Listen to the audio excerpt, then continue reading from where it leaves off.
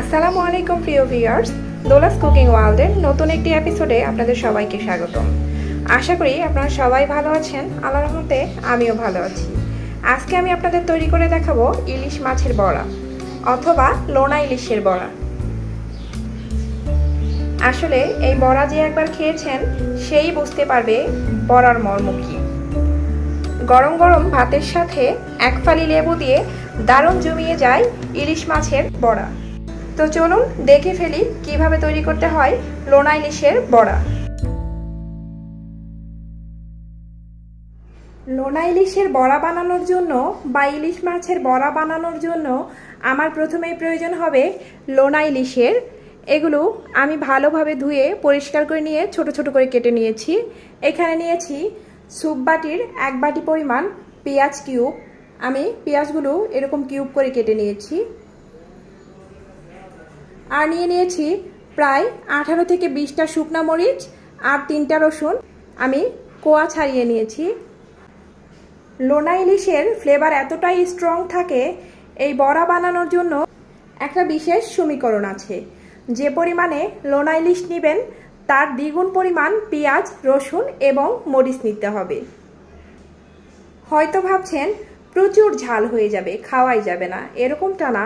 আসলে এই মরিচের ধাক অনেকাংশে কমিয়ে দিবে পেঁয়াজ আর রসুন।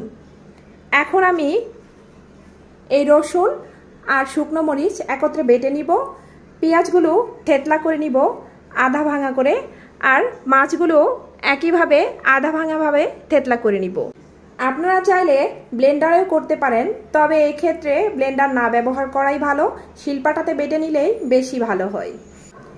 তো ফিরে আসছি সব কিছু প্রসেস করে নেওয়ার পরে। ফিরে এলাম সব কিছু ভালোভাবে প্রসেস করে নেওয়ার পর। দেখতেই পাচ্ছেন পেঁয়াজগুলো আমি আধা ভাঙা করেছি। রসুন আর মরিচও একেবারে মিহি পেস্ট করিনি, একটু এরকম ছাড়া ছাড়া ভাব আছে। আর মাছগুলোকেও আমি থেতলে নিয়েছি, কাটা সহই, কাটা বাছতে হবে না। এ পর্যায়ে আমার প্রয়োজন হয় একটা মিক্সিং বোলের। এই মিক্সিং বোলে আমি প্রথমে নিয়ে নিব থেতলা করা পেঁয়াজ, এরপর নিয়ে নিব মরিচ এবং রসুন বাটা। এবার এর সাথে অ্যাড করে দিব সেই লোনা ইলিশ। এর সাথে অ্যাড করে দিব হাফ চা চামচ পরিমাণ লবণ।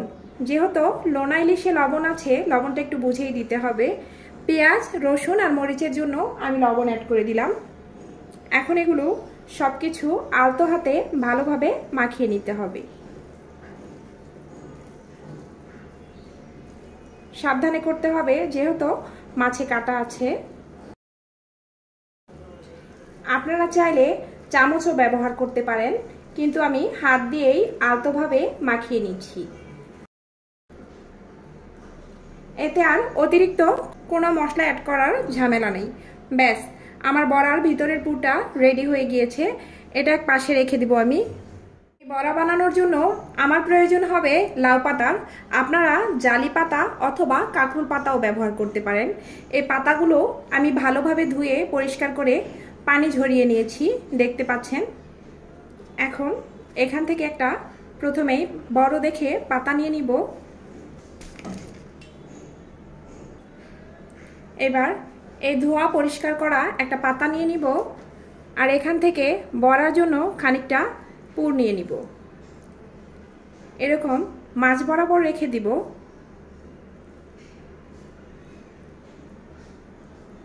এখন ভালোভাবে মুড়িয়ে নিব। প্রথমে এই পাশ থেকে এই পাশে দিলাম, এরপরে এই মুখটাকে ভিতরে আটকিয়ে দিলাম, এরপরে এভাবে আবারও এভাবে। দেখুন ভালোভাবে আমি মুড়িয়ে নিয়েছি। এখন এই মোড়ানো অবস্থায় যেহেতু পাতাটা ঠিক থাকবে না, এজন্য আমি একটা গুটি সুতা ব্যবহার করব আমার ভাজার সুবিধার্থে। আপনারা চাইলে নাও করতে পারেন। আমি একটা কটন সুতা ব্যবহার করেছি। এটি ভেজে নেওয়ার পরে আমি আবার কেটে ফেলে দিব। ভালোভাবে বড়াটি বেঁধে নিব, যাতে কোনো অংশ থেকেই পাতা খুলে না যায়।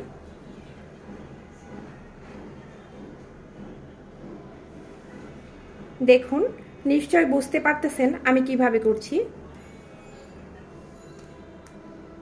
ব্যাস, এ পর্যায়ে আর বাঁধ দেওয়ার কোনো প্রয়োজন নেই।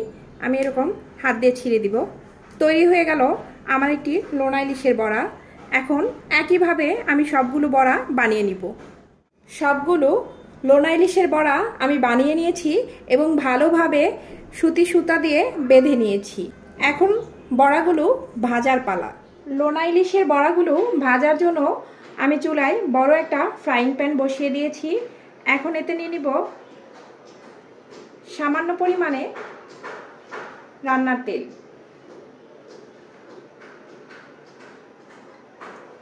বেশি তেলে ভাজা যাবে না, একটু ছড়িয়ে নিব।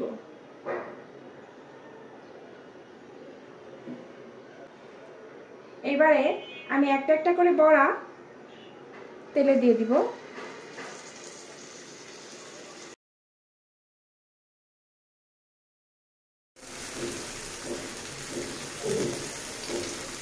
সবগুলো বড়া আমি দিয়ে দিয়েছি।